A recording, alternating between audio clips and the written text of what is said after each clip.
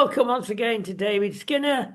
And David, it's been 2 years. You've moved house in that time. You've gone to the deep depths of Dorset, which apparently is very popular and very expensive, but we won't go into that. A nice place to live, bit of peace and quiet for you, but knowing you won't be peaceful for very long, especially after this program, because we're going to touch a touchy subject, which is Islam. And there are lots of things going on at the moment, and people are getting very nervous. Now, you've had a lot of personal experience dealing with Muslims, and we want to know how you see the situation. How did this first arise?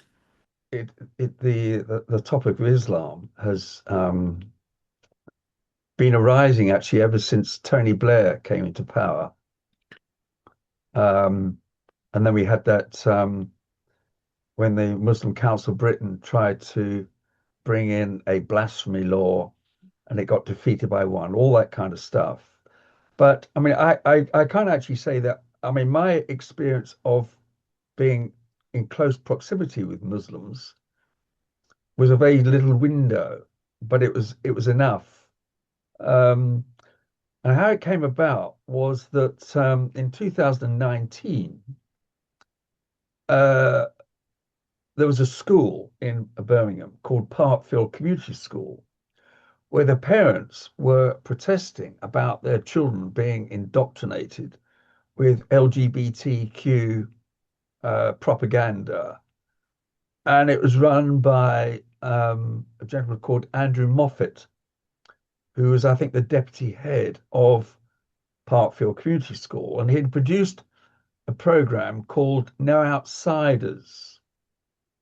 And basically, it was saying, everyone is welcome, you know, um, and, and in particular, if you some people who identify as boys, but in fact they're girls, transgenders, but it's of no threat to anybody. It's just how they are. And we all get along together, sort of kumbaya. Anyway, the Muslim parents weren't having this, and they came out in force. About I don't know how many hundreds sort of came out on the front of the school. Now, this was also connected with the fact that in America, the mass resistance movement, of which I belong, in fact, we launched a stillborn mass resistance in Britain, but we don't really do what Americans do. The Americans have got guns, haven't they? I mean, they shoot from the hip, and they're not really encumbered with, um, all the, I don't know that they're a nation of free people in writing anyway, and that they have that they are the free world. In fact, they are a symbol of freedom. Anyway, but the parents are very proactive in going and kicking ass, if I may use the expression, in schools and councils, and they've done great effect. Suddenly now we have a group of parents who appear to be doing exactly what we had wanted done in Britain. The parents, it would be a grassroots, not waiting for your betters, waiting for your lawyers to defend you, Christian Institute, or all that kind of stuff. Um, and in fact, I must say, I went to a church in Bournemouth where the Christian Institute had been invited down, and they brought material all about this relationship and sex education programs and how bad it was, and all the rest of it. And they said, but we disagree with the way the Muslims did that kind of. We thought that was rather counterproductive. And anyway, I objected to this. I sort of stood up and I put my hand up and I said, "Excuse me, I've actually been there. I've seen I've seen what goes on." And essentially, they have the view that I may be misconstruing them. I mean, they do great work, Christian Institute, apart from the fact that they banned me many years ago. I don't know why, but suddenly I was too risky for them. Their view is that leave it to us chaps. We're the experts, and we'll just get you to write letters to your MPs, but don't do any more than that. We don't want you to be. We don't want any interference from the troops on the ground to do anything. We're the experts. So anyway, um, so I went up and I actually stayed with a Muslim for a couple of nights who initially greeted me with open arms because I had helped to support raise some money for him against Birmingham Council, who were taking him to court for withdrawing his child from the lessons. Um, I and do remember this, David, because you introduced me to a guy, we won't mention any names, but he was a physicist, highly intelligent, and we did one recording with him about the Muslim point of view and the Christian point of view regarding the problems here. And we arranged to do further recordings. We were singing from the same hymn sheet, as it were. And suddenly we were cut off. No explanation. There was no communication. Now, he was great and he had an open mind, but I guess there were people, I repeat, I guess there were other people behind him who said, no more, you're dealing with Christians here. well, I'm guessing who you're talking about. I'm not sure that he was a physicist, but he was the most. He used to attend our meetings, and he appeared. He was a kind of spokesman, really, on the BBC programs whenever they were interviewing people. He was. You couldn't put a cigarette paper between us and his values and his morality, and he was not aggressive. He was mild. He was winsome. He was warm. But since then, I haven't been able to contact him either. I mean, he just doesn't respond to my phone calls or anything. But the gentleman that I was telling you about, who'd actually invited me into his home, um, things changed for the worse when he kept me up till 3 in the morning trying to convert me. And he actually put me to shame by revealing that he knew more about the Bible than I did. And I felt like a useless batsman at the wicket. And all I could do was to duck and avoid, but he was just smashing my wickets left, right, and centre. And I had no answer. And anyway, I do remember coming home on the coach and I got this phone call from him apologizing. And I thought, well, okay, well, I mean, I'm coming back again. And I thought I better show good faith by staying with him again. But it was worse this time. It was worse. And then after that, we then followed with phone calls, which became abusive, and then emails. And he really showed the true face of Islam. I still have those emails. But yeah, in fact, I was invited to go and talk at a mosque in Manchester, Kurds. And I was, in a way now, to my shame, I was a useful idiot because I was saying, what the government is trying to do is to destroy your familial relationships, the tight bond between parent and child.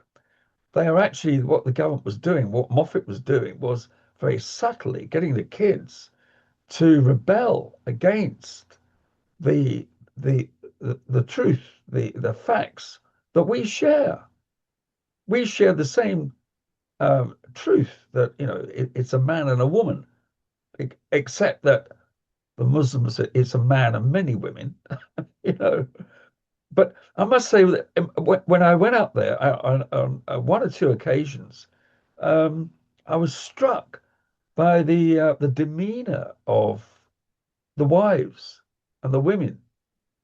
Okay, you could say they were being subdued, but I thought, they were light years away from your the feminism of the normal, ordinary. I'm sounding now, as though I ought to, quite as, so Islam's quite good, or the Mennonites or Amish, where the women are very, very submissive and all the rest of it. Anyway, so that there was that experience. But my point was this, that when I met these parents outside the school, they were just like me. I realized these were not the other. These were my neighbors.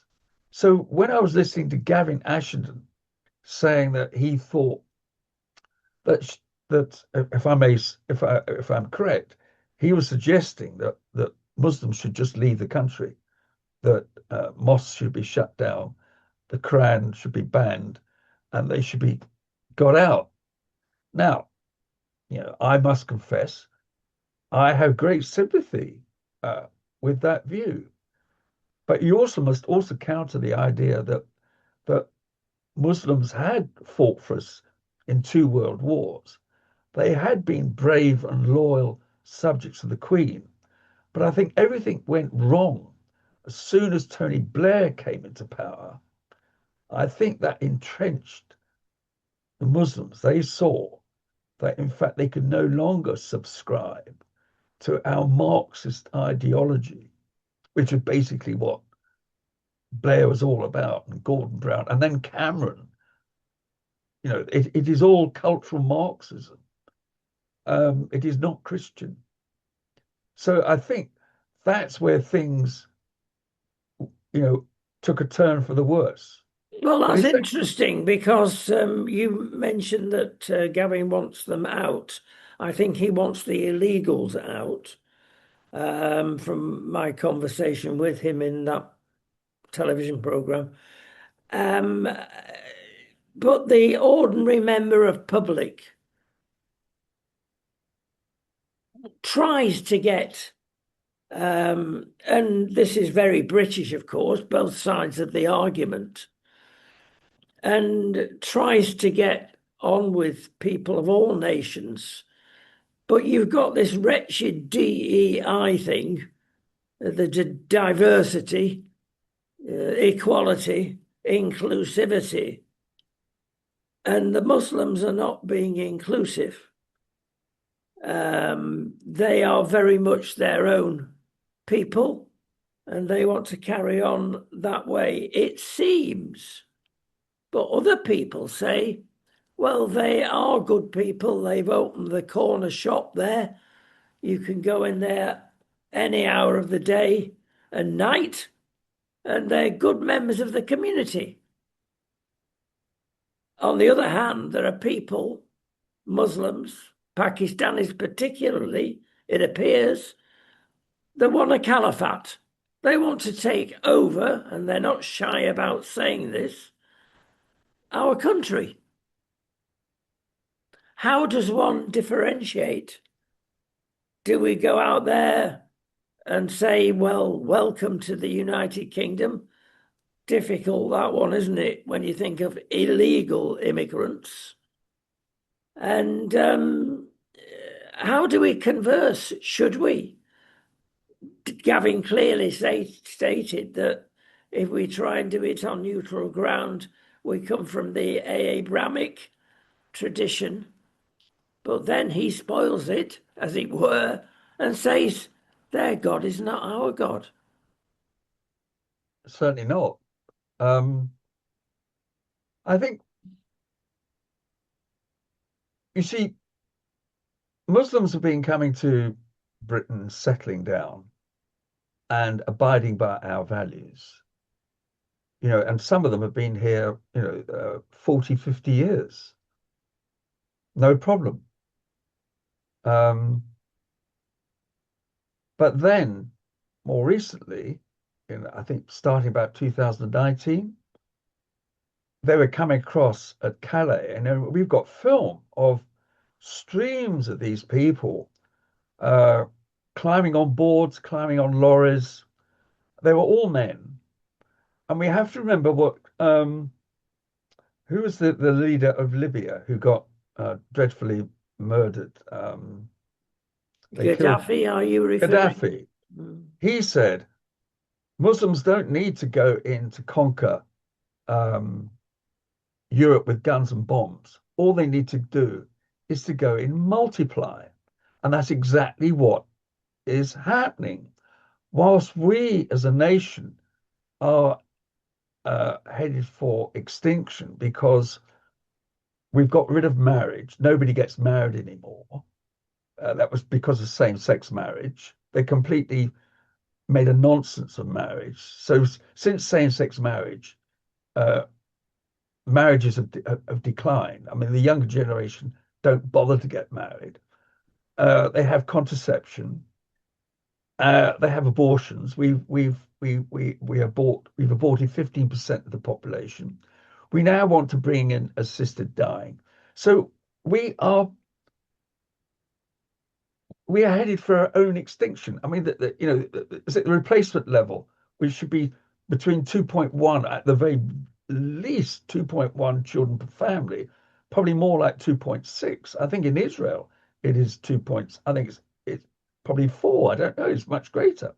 They know that the survival of their nation depends upon. I know they have abortion, but they have more. Anyway, it depends upon if you want to transmit your values from one generation to the next, like links in a chain, you've got to produce children. We're not, and we are being replaced by people who will outvote us. I mean, look at the number of now Muslim MPs coming in and lords in the peers. And then the awful thing was that Cameron said a long time back, he was addressing group of Muslims. You don't actually see who they are. It looks like a fairly small. He says the big problem is when you come to Britain, he says all you see is a sea of white faces. He says I want to see you in leadership, you know, leading the government. Simon Hughes said the same thing. I mean, his was even worse. I mean, he was addressing a huge crowd. So I want to see you leading the military, the government and all the rest of it. And I thought, this is total, is it abnegation? This is total, I'm trying to think of the word, is prostrating and, you know, falling before them. This is submission. And of course, they're quite happy about it. And Cameron also set up Sharia and Sharia banking. He made London the centre for, was it Sukuk or something or other? All of that. Um, it it is an invasion. What is happening? We are being invaded, and we're like rabbits staring in the height the light. I mean, they sent out the navy first of all, and then they just sort of looked, and then they went back to Portsmouth, went back to port. Whereas normally, if you're invaded, you bomb the hell out of them. You shoot the first boat, you sink it when it crosses the line. I still have that view. Actually, I still maintain that view. I mean, the British guys have been recently over there trying to sink the boats on the beaches of Calais or destroy them there. But anyway, my view is that these people are invading and they have a view of replacing us and turning this country into caliphate.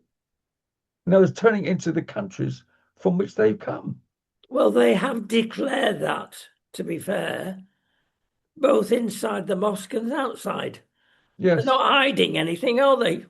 So yes, we have to differentiate between these newcomers and the old, the older generation who've been here.